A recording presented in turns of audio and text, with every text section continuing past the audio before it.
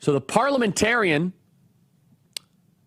but we're here at the Bitcoin.com studio, has a lot of power right now. But just remember, back when this was under Joe Biden, in March of 2021, 24 Democrat members of Congress wrote a letter to Joe Biden and Kamala Harris requesting that Harris overrule the Senate Parliamentarian, raising the national minimum wage. Ultimately, Harris ruled in accordance with the Parliamentarian and removed the provision.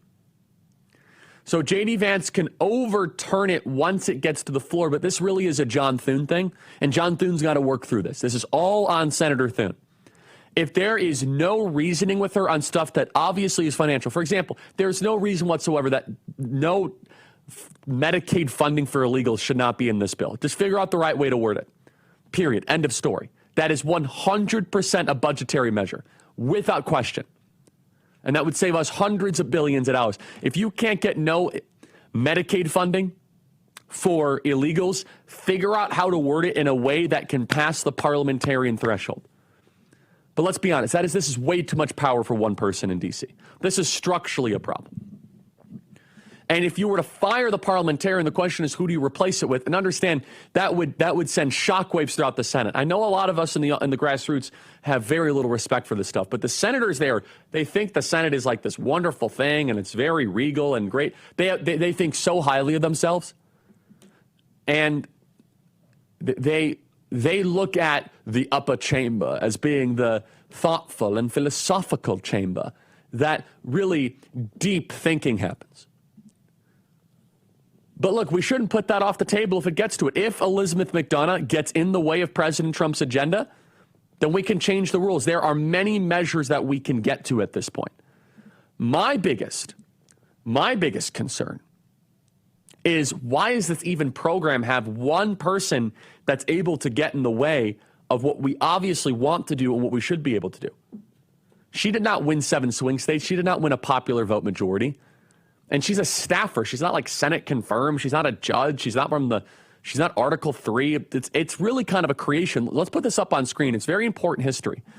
So the office of the parliamentarian does have, of course, constitutional roots. Article 1, Section 5 says each house may determine the rules of its proceedings. The office of the parliamentarian were created in the House in 1927 and in the Senate in 1935. The parliamentarian answers questions from the presiding officer about the wording of motions and about precedents related to motions or actions. The current parliamentarian, as mentioned, is Elizabeth McDonough. She's been in office since 2012. Harry Reid put her there, which should make us have a little bit of pause. And by then, appointed by Senate Majority Leader Harry Reid. The budget reconciliation process is only supposed to include provisions that, according to the Congressional Research Service, quote, would change laws related to direct spending, revenue, or the debt limit. Hold on. So spending, revenue, or debt limit, no Medicaid for illegals is absolutely no spending or revenue. Now, she's an officer appointed by the Senate Majority Leader, John Thune, and they're generally preserved across parties to maintain harmony in the Senate. But they have been removed before, and so we should not dismiss that as something. If she keeps on acting in a way where there is no negotiation, then we got to get rid of her. Robert Dove was a parliamentarian picked by Republicans and got fired when Democrats took over, and then came back when Republicans took power again, but then got fired by Republican Trent Lott. So these kind of fights have happened. But let's be honest, the fact that she's in the news means we have a little bit of a problem.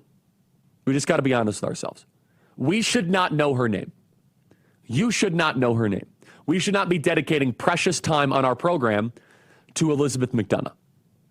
Illegals getting Medicaid is a red line. That cannot be allowed. Figure it out.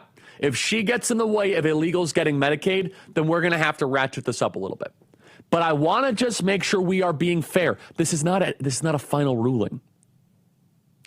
This is not a complete judgment.